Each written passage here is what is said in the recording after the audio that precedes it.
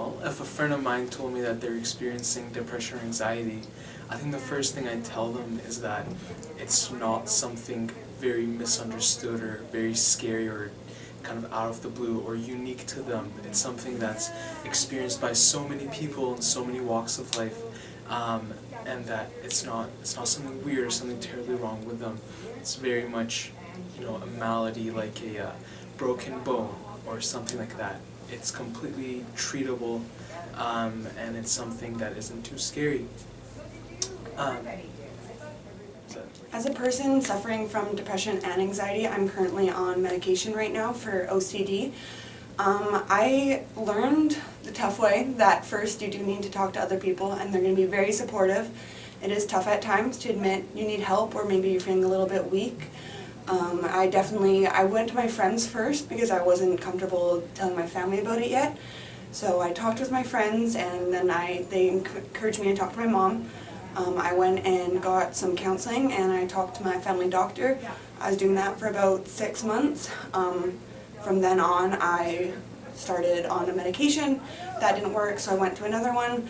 And I would just be really open about it. I know sometimes people see it as a taboo subject, but we're trying to raise awareness, especially as part of Glen Eagle. We did our Talk to Me event, and I just, don't be afraid, and there's lots of people out there who are willing to help you, and they love you, and they want to see you improve and feel good about yourself.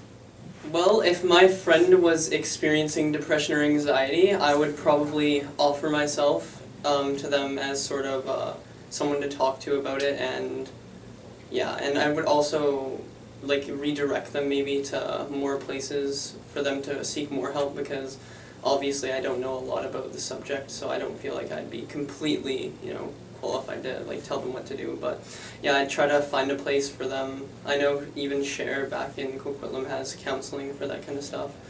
So yeah, I'd probably more or less just help them, speak with them and help them, and then redirect them to more help when. If I had a friend who came to me and told me that they're experiencing depression and anxiety, what I would tell them is to first talk and converse with close family members and friends and stuff like that, people who really care about them, and get their insight on the situation. But more than their insight, what's important is the love that they can receive and the support that they'll feel like they're not alone, that people are there supporting them. And the next step that I would do is go tell them to do is to go see a doctor, either their general practitioner or preferably a psychiatrist. And that person can give them deeper insight into the situation, treatments that they should undergo. Maybe they can prescribe them some medication. And in some cases, a good idea is always to come to organizations such as MDABC or MDABC, those sort of organizations that are geared towards helping people with these issues. And they're the real experts in this field. And they're also always out there looking to help people. They'll provide them with services with doctors, support groups, and also just to be there for them when they really need it.